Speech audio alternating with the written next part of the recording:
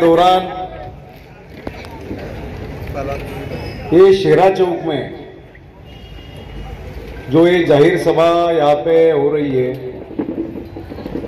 इस अवसर पर मंच पर मेरे सब साथी, टाइम कम होने की वजह से सबका नाम नहीं ले पा रहा हूँ, नाम लेना भी जरूरी है। सामने बैठे मेरे सब दोस्त लोग, युवा नौजवान, सब मेरे साथी, आप देख रहे होंगे ये जलगांव शहर में विधानसभा चुनाव के लिए जिस तरीके से प्रचार शुरू है, मुझे नहीं लगता कि यहाँ पे जो प्रस्तापित बड़े बड़े उम्मीदवार हैं, जो पार्टियों से उम्मीदवारी कर रहे हैं, उनके लिए भी इतनी बड़ी सभा हुई होगी। एक अपक्ष के साथ आप सब लोग खड़े हो, समर्थन देने आए हो, और जो मंच पे उपस्थित सब मेरे साथी, इन सब का मैं यहाँ पे बहुत तहे दिल से शुक्रिया अदा करता हूं। ये जलगांव शहर में आज के 10 साल पहले जो विधानसभा चुनाव लड़ा गया था, उस विधानसभा चुनाव के यहाँ के जो आमदार हैं, इन्होंने हम सबको वोट मांगते वक्त एक वचन यहाँ पे, एक आश्वासन यहाँ पे दिया था कि मैं जलगांव शहर के सब लोगों को, सब जाति के, सब धर्म के, सब समाज के लोगों को साथ में लेके चलूंगा। मैं ये जलगांव शहर को इतना विकसित करूंगा, जो जो समस्या इस शहर में हुई है, वो सब समस्याओं का हल निकालूंगा। ये जलगांव शहर में जिन जिन रास्तों पे खड्डे हैं, वो सब रास्ते बनाऊंगा। ये जलगांव शहर में जिन जिन शहरों में, जिन जिन जगहों पे गटरे नहीं है, वहां पे गटरे बनाऊंगा। इस जलगांव शहर में जो बच्चे अच्छी शिक्षा नहीं ले पा रहे, उन सब के लिए अच्छे शिक्षा के लिए यहाँ पे स्कूलें बनाऊंगा।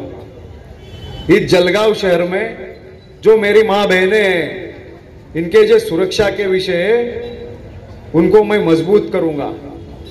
लेकिन मुझे आप बताइए, इस 10 साल में हम सबने चुन के दिए जो आमदार है, वो एक भी वादे पे यहाँ पे खरे उतरेगा?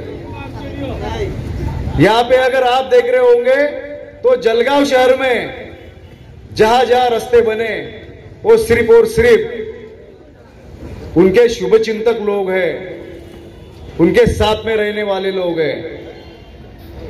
अगर इस शहर में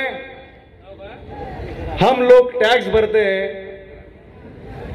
अगर इस शहर में हम लोग जो जो चुनाव होते हैं, सब वोटिंग में हिस्सा लेते हैं, उनको चुन के देने के बाद हमारा हक हमको मिला क्या? मेरे को एक बात बताइए आप लोग, यहाँ पे ये जलगांव शहर में ये जो शेरा चौक है, ये आता है कि नहीं आता है? तो ये शेरा चौक, ये मास्टर कॉलोनी, जो इतने सालों से यहाँ का जो विकास था, यहाँ के जो रास्ते बनने चाहिए थे, यहाँ की जो गटरे बनने चाहिए थी, यहाँ पे जो लाइट लगने चाहिए थे, यहाँ के अच्छा शिक्षा के लिए जो स्कूल बनने चाहिए थे, वो क्यों नहीं हुए? ये तो ये 2 साल में यहाँ के हमारे जो नगर सेवक है, और यहाँ पे जो स्टेज पे सब मेरे साथीदार बैठे, इनके कोशिश से यहाँ पे कुछ रास्ते बने। इन्होंने बहुत कोशिशें की, तब जाके यहाँ पे कुछ विकास निधि ला सके। लेकिन यहाँ पे जो आमदार चुन के गए, उन्होंने यहाँ पे इस वार्ड के लिए 1 रुपए का भी निधि दिया क्या? एक सिंगल रुपए का भी निधि यहाँ पे आमदार ने दिया नहीं है। क्यों नहीं दिया, ये आपने कभी सोचा है क्या? इसके पीछे भी कुछ कारण है।